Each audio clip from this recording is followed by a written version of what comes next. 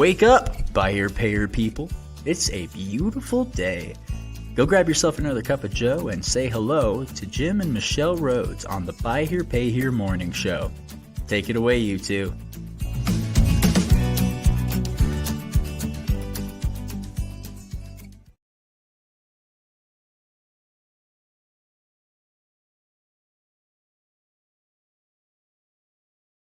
For another week and Buy Here, Pay Here. Happy Monday. It is Monday. I right. Yeah, it was a working weekend for me, and of course Michelle worked in the yard. A big part of the weekend I worked on data. I was number crunching like the nerd that I am. Jim loves spreadsheets, and those of you who have an affinity for spreadsheets, you guys probably have a lot to talk about. Is that a thing? Affinity for spreadsheets? Is that something? I think it is. It must be. It is. I mean, I have an affinity for spreadsheets and things that I fully understand, or like if I'm trying to build a project or something like that. But yeah, Jim really understands the whole thing. Yeah, well, certainly there are pieces I'm learning. Oh my gosh, I've been at this 20 plus years, but there's stuff I'm still learning, of course, all the time. And this has been no exception. The study for getting ready for this event tomorrow, that's a big part of what I was doing this weekend, was pulling together, numbers and just kind of, looking for new indications and trends. So that's what today's conversation is about. We got Jack Carter standing by in the wings. We're going to talk about the charge-off analysis that he recently completed and kind of what he's learning through that. There's a lot of participation in that conversation, and I really thoroughly enjoyed reading different people's perspectives on that, because it sounds like there's a lot of dealers out there that we trust our guts. And so every once in a while, you'll run some number stuff and it just doesn't frequently, not all the time, but frequently, it doesn't really add up the way that you think it's going to. So I didn't get a chance to ask Jack before we jumped on live about the movie Moneyball, because I told you that's something that I think about in this context. I mean, in our industry, for those who saw the movie, we can ask Jack about that. But that movie really was about, here's all the millions of dollars that flow through Major League Baseball. And when that hit the industry, the statistics in a big way, it really changed the game. And many would say for positive, but it's just, it's part of what, I think the opportunity in our industry is to learn from the stuff, as everybody says, the numbers don't lie. The numbers are the numbers. So we can, and the more you can pull together, the better, right? You don't want to make judgments on a small pool. So that's why I've been working so hard. We got one pool that's 40. It's a study of about 2,000 charge-offs, repos and charge-offs. So, it's pretty significant pile of data to be able to learn something from. So we'll pull the numbers together and let people see them. And then that's part of what we've been doing, just being really transparent about what the numbers say, and then let people make their own judgment about what that might mean. Should we bring our guest in? Sure. All right. Jack Carter. Hey, good morning. Hey. So glad that you could make it. I always enjoy the questions, the statements, the questions, the conversation that you start in social media, because it's, you're a pretty seasoned dealer, and also, leadership and just, someone that's out there just leading the charge and doing the stuff, white hat dealer, all the stuff. So talk to me a little bit, tell us a little bit about, what got you to look at the data like you did that started this whole conversation? Well, good morning. Thank you for having me. What got me started looking at it was, of course, our repos and charge-offs. But what got me digging is I had a premature notion. I predetermined things, and I was pretty sure where my office sits, I can see out into the sales floor. And whenever I see a young person out there, I would think to myself, oh man, he or she's not going to pay me. And it was totally unfounded. It was just my own opinion, maybe about people younger than myself, or maybe about today's kids. I don't know why I had that opinion, to be honest. It was just a prejudice. And then, so I printed off, what made me look is that our repos have increased. We're repoing more cars than we ever had. We're selling more cars than we ever had, but we're repoing more cars than we ever have. And so I just did a little exercise. I printed all my repos for a month, the accounts, and went back in the DMS and was trying to understand why they failed. And then I looked at their birthdays, and I was blown away.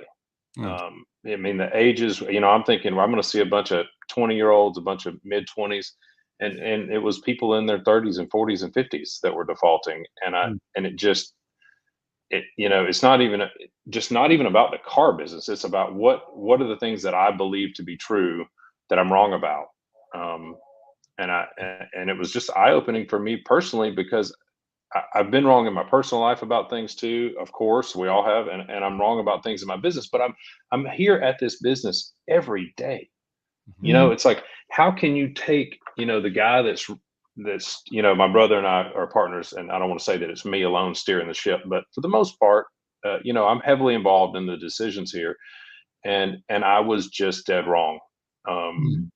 And that makes you think, well, what else are you wrong about? Sure.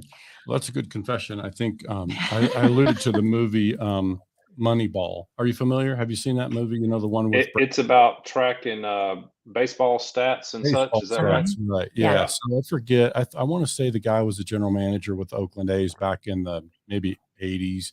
But if you look at baseball today, I don't know if any of our listeners are necessarily baseball followers, but as somebody who really started paying attention to baseball, in the middle 80s and kind of tracked it over the years, there was a big shift in the way, and literally they call it a defensive shift, in baseball, where they started repositioning defenses because the statistics were coming together and saying, you know what, a right-hander hits to the left side of, second base 70% of the time.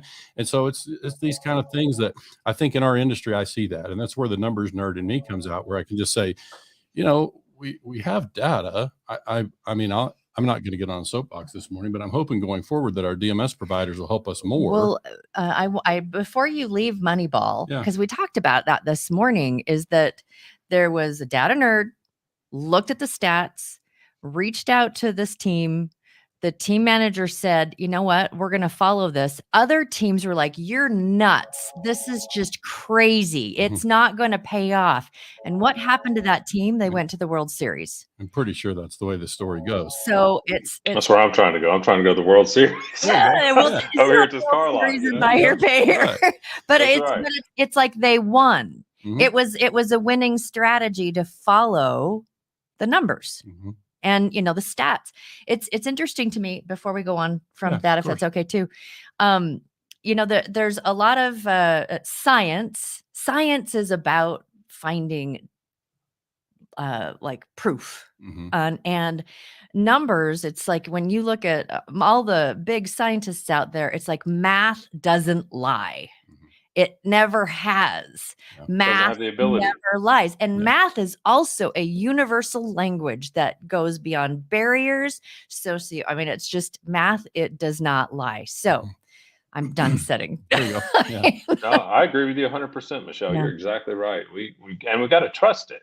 We've got to trust it. And we go by, as car dealers, I think we go by our gut, like I was doing with young people, and we think about who's going to pay us, and we see that person in the lobby, and we look at how they're dressed, and we look at what they're driving, and we do all those things. And I don't think it amounts to a hill of beans.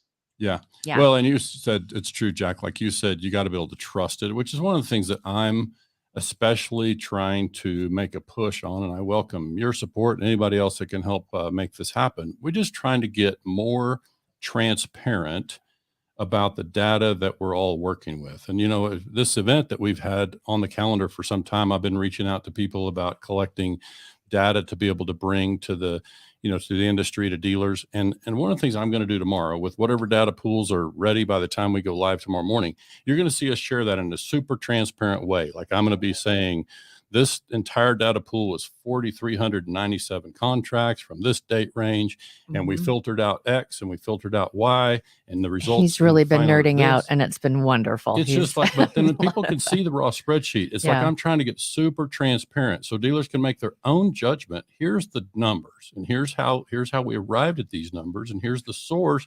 You know, we're not going to say who the dealer is, or if it's an actual dealer pool, but the idea is to be able to say, help people feel confidence. It's, if you're working with a spreadsheet and you discover there's a mistake in the formula, it causes you to lose confidence in the whole spreadsheet, right? So it's like, we're trying to help people see it in the most transparent way so that they can gain confidence in what they're looking at, have trust in the data that's there. And this is kind of my thing, is like, we got to get more transparent about whatever the data is that we're working from, and so there are people out there working to try to do some of that. But I just, I've been at these conferences for years, and you just have people stand up and say, these are the 5 best dealers, or this is where your average is going to be. I'm like, can you show me the source information? Like, maybe that's not the business model I'm going for. You know what I mean? Yeah.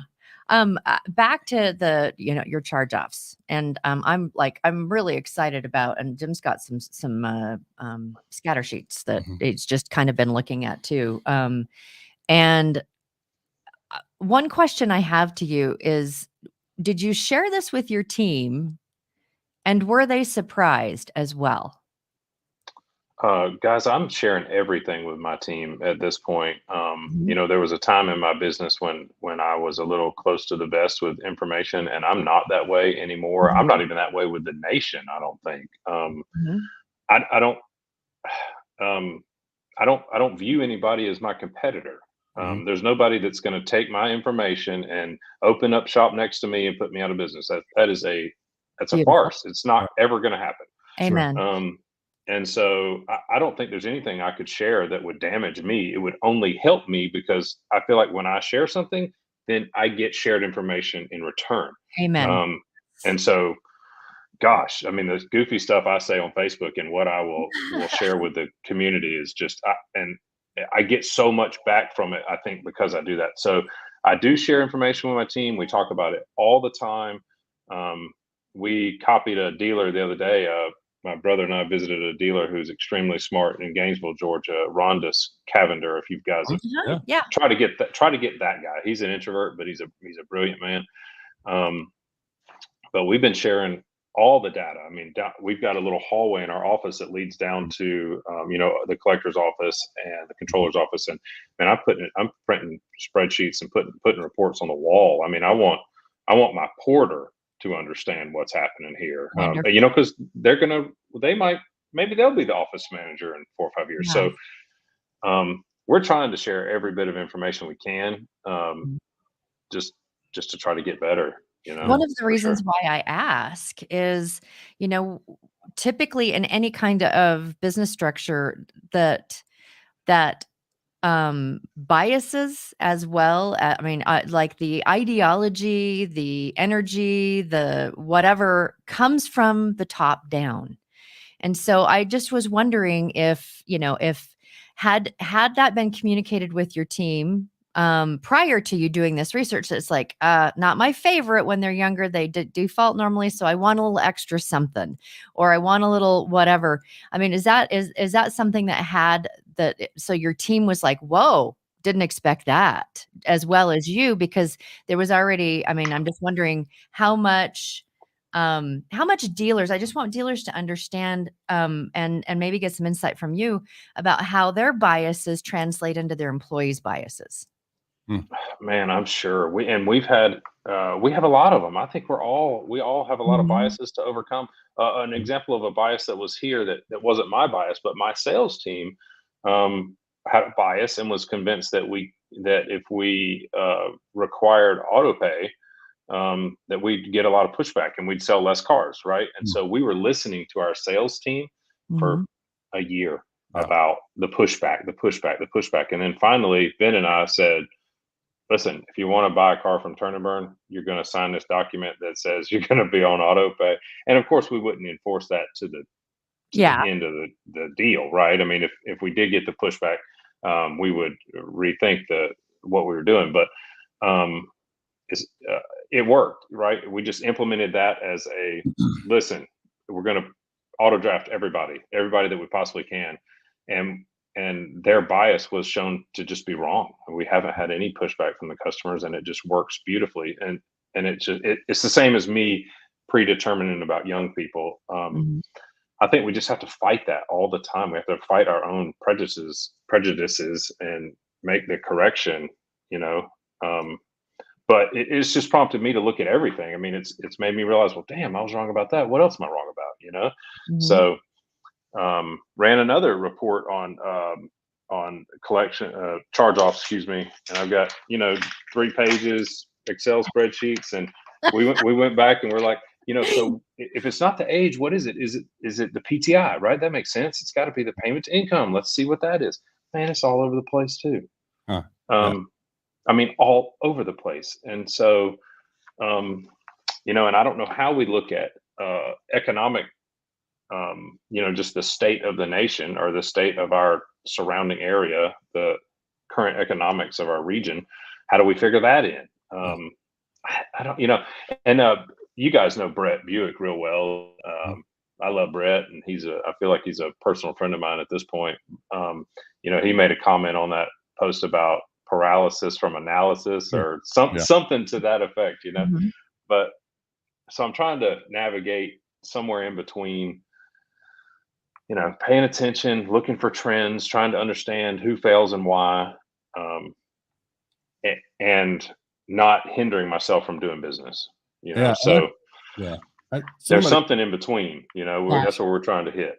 And I think for me, Jack, like as a former dealer myself, I look at this a little bit through a lens, and I know we got our friend Tyler Simmons out in West Texas listening this morning. Like he's a specialist with compliance. And so I hear these things and I think, we're, as buy here, pay here dealers, we're sitting over here trying to provide an unconventional solution for folks in a tough credit spot. And we got compliance folks watching our underwriting practices and looking for any sign of discrimination. You use the word prejudice, and like we don't want to do that. We have a business to run. We need to make good mathematical decisions, right, for the success of our business.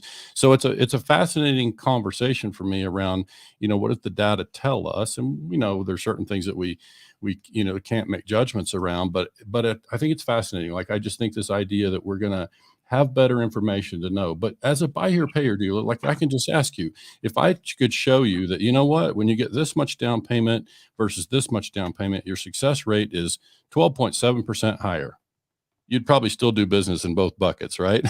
Absolutely. Right. I mean, we're this got a little higher success rate, but like, okay, but I'm still in the risk business. I'm still going to probably take this customer's deal, because there's just a lot of factors. How could we ever know? I jokingly told somebody in our industry one day, one day we'll be able to know. Don't ever finance a customer named Mary after 2:00 on the Tuesday, that kind of nonsense. It's like, man, my daddy used to tell me growing up, it was the 3 Ps, right? It was preacher, police officer, postman, or something, something like that. Avoid those guys like the plague.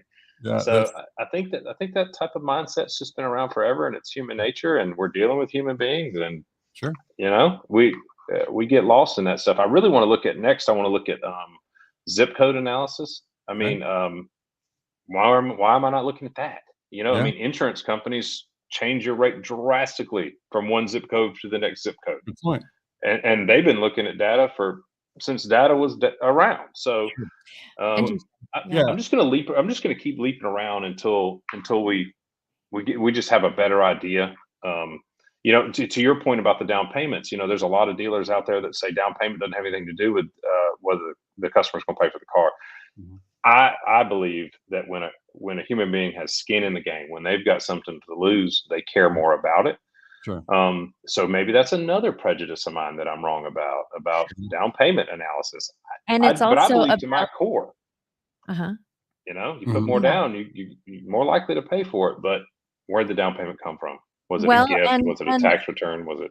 Yeah, but the skin in the game might be. I know I can afford a $500 a month payment, but it's taken me 4 months to raise $500 extra. Yeah. And so my down payment is $500, and I was committed for, you don't usually know the backstory, but when you talk about amounts of down payment, that someone who has a small down payment because they've been saving or whatever to be able to get the down payment is going to be, just as probably, who knows? Is that true? Is that, I don't know. Well, and again, there's a ton of dealers that say it's not. And I think they're smart. They're smart men and women. They're smart operators. And yep. I think I'm probably also wrong about that. But I want to see that I'm wrong, but how they obtained it, Michelle, is a great point, right? If the down payment was a gift versus did they, they saved 4 months for it. That probably is a huge factor. Or they sold something else at home so they would have a down payment or whatever. Right. It's hard to know. We know that if you apply for a mortgage, they're going to want to know the source of your down payment. It's like the actual source. But I'm saying you're getting into some stuff that's going to be a little harder to measure. At the end of the day, you're still trusting the customer's answer. It's not like you're going to go, verify that they sold some, it's what I mean. It's like you're still trusting the customer's information. So at the end of the day, we're measuring behaviors. We're trying to help folks. We're trying to be flexible and create solutions for folks. And so, but we have to do that within the reasonable confines of a successful business structure, so it's like, that's just part of the thing for me. And as we kind of studied data, Jack, I think there's a couple of things I want to get back to in terms of the way you share, but as far as you want to share this graph quickly, we just talk about it while I've got it teed up. So this is something I actually just pulled together this morning from a study that we had done before as a way to, some people tell me that, charge-offs happen at a certain stage. That's another thing I would recommend that you look at is go look at the periods. It might divide it up like by what we're going to do is look at it in like 3-month quarters. Like how many charge-offs happen in the 3 months? That should be almost none. How many, 3 to 6, 6 to 9. And people had told me that the spike for charge-offs across large pools is typically 9 to 12, 13 months. I'm going to try to bring that up again because it did not. 9 to 13, you said? Yeah. They typically is kind of where the charge-offs happen. Of course, you as a dealer, you're probably in pretty good shape by then. It's not showing. It's not showing. For whatever reason, it's not going to show. We have a bit of a weak internet connection this morning, might be a factor. But bottom line is, what we're trying to study is, at what point in the charge-off does that happen? Because if you look at the math, and that did come in at about 12 months for you, where does that leave you in terms of your actual exposure in the contract? And so it's something else to examine. And obviously you'd want to super examine those deals where the charge-off happens early.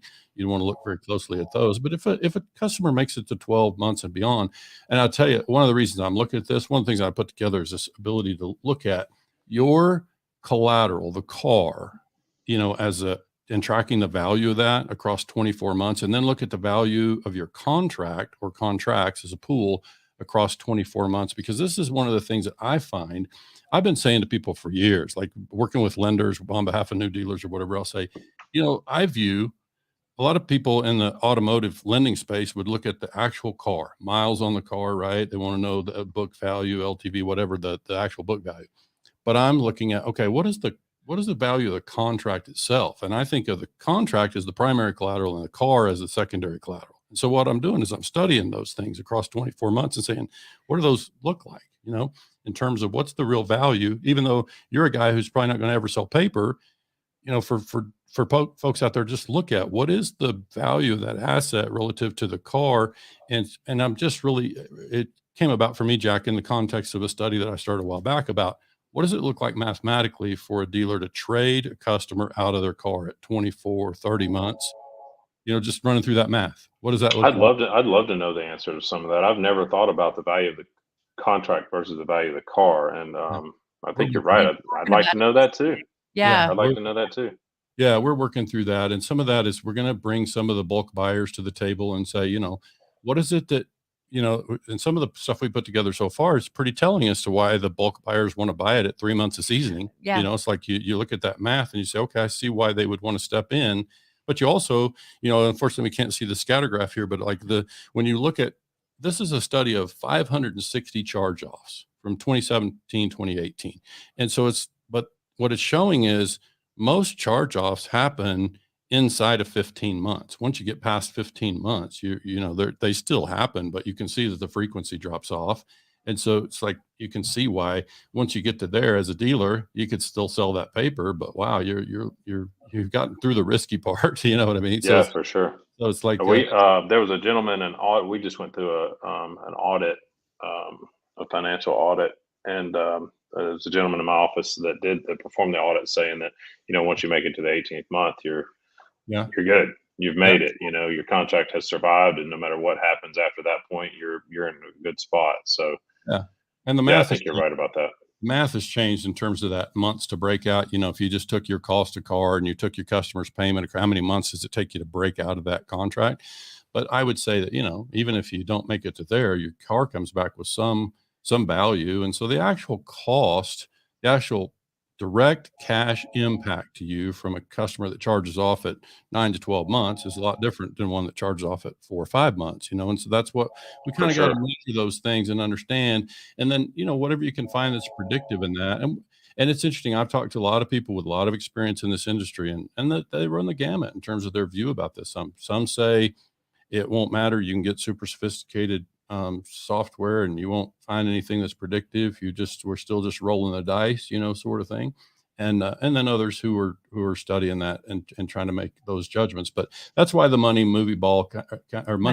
Yeah, I said it backwards. That's why Moneyball came to mind for me. I just remember that was part of the lesson of that, is that somebody said, you know what, I'm going to try it. I'm going to test the data, and it took them to the World Series. So it's like just an example of where we think there's opportunity in our industry. And it's tough. It's harder now than it was 3 years ago for you, right? Your risk per contract is much higher. It's tough. It's tough right now. I mean, I think the business is good. I think the business is strong. I think we're in that. I think we're in that dip where we're going to see a lot of defaults. But as soon as that dip gets where it's going to be, I think we're going to start seeing a lot better customers enter into our pool, and we're going to be able to sell cars to good people. So, I think it's good. I think overall the business is in good shape. I'm sure you're right, but then the question goes back to, what is the definition of a better customer? So, and I was like, okay, so when you said that, I was like, are they not good customers, or did they just get hit hard by an economy that when it starts picking up, they're going to be I think they got hit hard by an economy. I mean, you guys remember something that sticks out in my mind about the economy is I remember 2 years ago, and there were people on social media saying, there were people complaining about gas prices, and there was a large group of people that were that were defending the gas price. They were saying, well, I can't do anything about it, right? It is what it is. We got to put gas in our car. Just stop complaining. Put the gas in your car. It is what it is.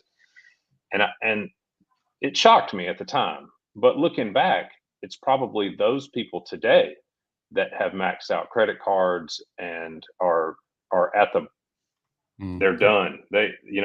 Finally, the gas prices, the food prices, the cost of living has finally maxed them out. Right. Yeah. That's something that doesn't happen in a month or two. That takes a year and a half.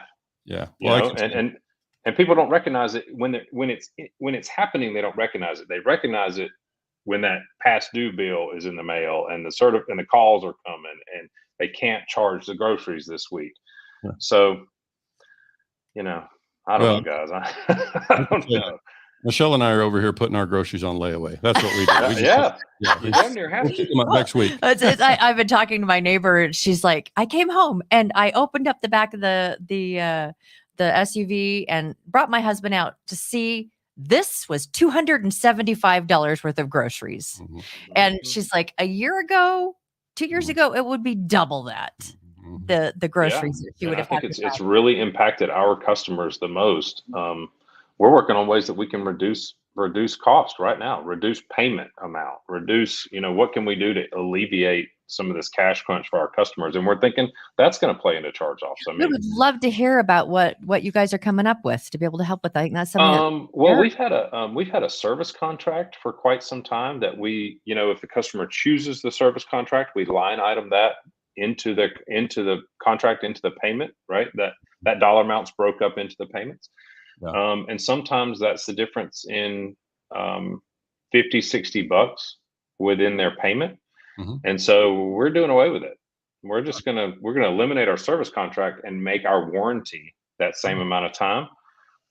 So that's one of the things we're doing actively right now on the 1st, which I guess is tomorrow. We're going to eliminate our service contract and make our warranty larger, and the warranty is just free so that's going to reduce the payment amount by 50, $60 for most people. And I How don't know. many? I love what you're doing there, Jack. It just makes my heart sing. How many businesses out there are trying to lower their payments of their customers? I think we need to. And not just lowering it like it will extend the term or whatever, but finding ways that they can, it's like, you know what, we won't be making as much money on a service contract. Won't be making as much money on paper. Yeah. There's a, you know, this is not me. This is me. It's like I'm giving to the customer in one hand, but also expect to receive back more in the other hand. Yeah. So while it is from the heart and we do want them to be successful from a business standpoint, I think the money's going to be neutral. You know, if it's just pie in the sky money anyway, if we don't collect it. And so, really hoping that this makes everything easier, makes the payment easier on the customer, makes collections easier for my team, makes charge-offs less, you know, but we feel like we have to be dynamic and we have to be willing to change as our surroundings are changing, and paying attention to what's happening in real time and try to be ahead of it. So love it. That's just one thing that we're doing right now on the, you know, that's not the data side. That's just, what side? That's on the front end. You know, that's changing. No, it's an operational decision. It's an operational decision you're going to guard against. You're going to make that investment to guard against future losses, and so you're going to payments in the meantime. So it's all part of a, you know, operational decision, which I think is fantastic. But I think, you know, as we kind of contemplate this, I would just share with you, I know you got policy conference coming up, and as I hear this conversation, I'm thinking about all the compliance implications of things we're talking about, which, by the way, on the Buy Here, Pay Here morning show, we're not attorneys. We do not offer legal advice. So you got to get that in there. So, you know, I just got to make sure that people know, you know, there's stuff to think about here from a compliance standpoint. Of course, we want to be compliant, but I would just share with you, anytime I can join you in a conversation with the policymakers, just know that I'm there. Like I want to on behalf of Buy Here, Pay Here dealers and say, look, these folks are fighting a fight out here. You know, are you guys going to Washington, D.C. coming up? We actually have our own event happening at the same time in Breckenridge, Colorado. Yeah. So we won't be there, but just know that I'm happy to join those conversations and be a part of that. I've, you know, tried to write articles on the thing, and we're going to continue to do that next year. I just think the data is a good place to start. Like, let's don't be guessing. Let's don't sit in the conversation. Let's don't be guessing. I think that's an old school way of doing it, and it's just not wise. I mean, it's just like this is, you know, the data is not going to run the business. It's just a tool. It's just something something that needs to be considered, and to ignore it is just, it's foolish. Well, and like you said, is you're looking at PTI now, and you're not finding that there's any correlation to much of anything. You blew my mind, Michelle. And you're everything I look at, I'm thinking, okay, this will be it. No, wrong again. And so what that tells you is like, okay, it doesn't matter what the PTI is. It doesn't matter what within bounds. I mean, obviously you don't want to take 40% of someone's for a car payment, but you know what I mean. And it just, I didn't realize you were such a data nerd, Jim. I'd love to share our charge-off information with you and just see if you see anything. I'd love to. Yeah, happy to do that. And send it at your convenience. And I'm happy to turn around and show it to you. But we're starting to kind of collect more of that. We've got people sharing some data with us, is allowing us to go forward and you know, kind of have these conversations in a bigger way. And I got to put a quick mention in for our buddy, Tommy Brandis. You know Tommy, right, Jack? Yeah, I do. Tommy's a smart man. So Tommy is a guy who would tell us, look, you can underwrite, you can study all the numbers and do good underwriting, but if you don't have good back end collections, that's going to affect these numbers more than anything you're doing at the time of underwriting. And I tend to agree. Like, our business is, and I got to also say for you, all the things I heard you describe is, you know, you're obviously at a healthy place in your business. You're in a position to make good long-term decisions. You're playing a long game in your business, which I think is important for people to hear and think about, you know, and that we get on that hamster wheel and we think about today and how to buy a car better today and a lot of those things. And I hear you being able to think longer term, and that's important. I think that's a good position for a dealer to be in. And so I'm glad to see that you're able to do that. I think and you're showing up here just as a way to help other dealers kind of figure out the same stuff. So that's part of what we're about over here, trying to get the word to more folks and help folks be successful. Right. So, yeah, you guys are doing a great job at that, y'all. I think you guys are an asset to the industry, and just these conversations, somebody's going to hear it. You know, 50 people might not do anything about it, but somebody out there is going to, you know, this is going to Yeah, there's going to be a little light bulb or an aha moment for somebody for sure. Yeah.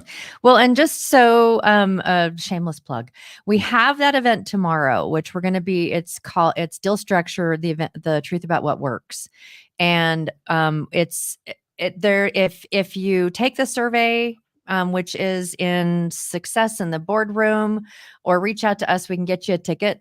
We just ask for the survey as you do this, and we'll give you a ticket. Okay, absolutely. That's tomorrow.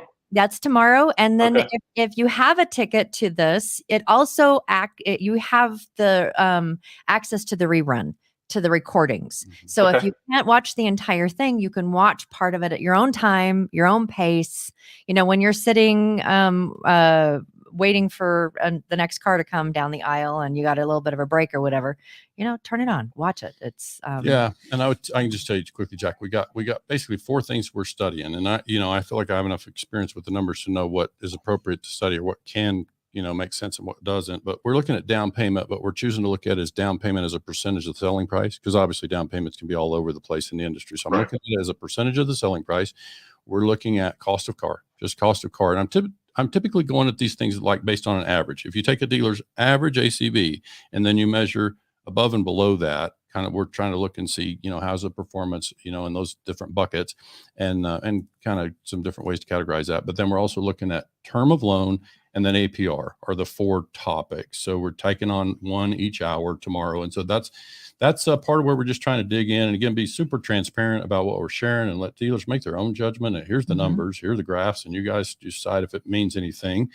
So we're just trying to be, trying to share information that way. So yeah, we're excited to get that information. And Brent Carmichael with NCM will be our co-host and bring in numbers from the NCM side as well. So Jack, we'll go ahead and I will get you a ticket. I still would like you to do the survey. I will. I'd love to. As well. And I'll find it on the Boardroom page. It'll be on the Boardroom and also on Success. And the survey is about why you think people repo. And it's leading to us doing customer surveys of your customer base about the experience of the buying and the servicing of your loans. Yeah. And that we're going to be pulling this together, all that information together on a national stage or a national way. You'll get your data for your dealership, but that we'll be able to talk about it in more aggregate form. It's kind of the idea about let's maybe stop guessing. Let's go ask the customers, what their experience was or why they failed or whatever the case may be. So we're going to try to just go actually survey consumers through dealers, with permission. And so this is part of where we're just going to, we don't have to guess. Let's go ask them and get the real results. You can participate in that or you cannot, but we're kind of getting in a feel for why dealers think that customers repo. Yeah. So let's get a ticket for Ben and whoever else you need one for your team. And then, so Rhonda's Cavender, be looking for a text message from me. We'll be inviting Rhonda. So that guy's worth talking to. Yeah, Jack, his operation blew my mind. Yeah, nice. Good, nice. The next time you've got something big and want to throw it out there on face, don't be surprised if you're going to get a quick call, or if you just want to be able to, if you got something that's like, hey, I think we should share this. Let us know. We love having you on the show. You're just such a pleasure and a good conversation. Jim, let me ask you guys one more thing that we didn't talk about today about underwriting and a factor that I think is a real factor, but I don't hear it many times. I've said it on Facebook a few times, and there'll be a bunch of dealers chime in. But how does pride of ownership come into play? If you sell somebody, a car that runs really good, but maybe it's an old Buick, you know what I mean? That is not cute at the stoplight. It's not fun to get out of it at your friend's house. You don't, when you park it and hit the lock button and it beeps, you never look back at your car. Where's that?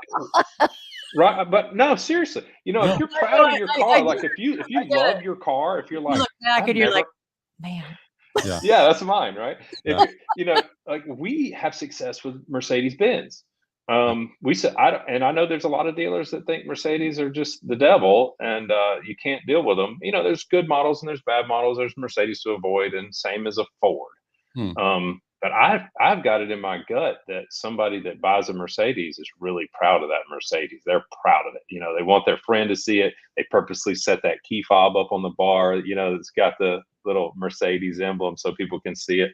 And I wonder where that plays into underwriting. So I don't want to I don't mess you think guys up on we've got time. an answer for you, because I think you're going to have to get that answer from the consumer, which is kind of part of why we're moving in that direction. Let's just go ask them. Let's go ask consumers. But we could find that in our chart. I mean, we could look for those type of cars. Do they charge off? The higher end vehicles. What are the charge off rates? But I've heard the same thing, but it's just anecdotal. People say, they think if they have pride of ownership in the car, they'll make that payment. We think that's true, but do we really know? Yeah, we think it's probably true, but it's like, I think it's something that we want to just examine, and it's part of marketing for us, is kind of that analysis. Let's go out and let's don't assume things in terms of what the customer is looking to buy. And in this case, it could be on the back end of the, the collection side of the relationship as well. But let's just go survey the folks and ask them kind of what the experience is. So yeah, we're moving in that direction. So we're glad. Do you want to, we're going to wrap up and just have you hold off from logging off on backstage. So when we're done, that we can just chat with you real quick and give you a proper thank you for joining us. Okay, great. I'll see you guys in a minute. Thank you. All right. Thank you so much again, Jack. We really appreciate you joining us today. Ma'am. Appreciate it. All right. Well, great episode. Yeah, we had a really great conversation. I'm looking forward to kind of diving more into this data stuff tomorrow.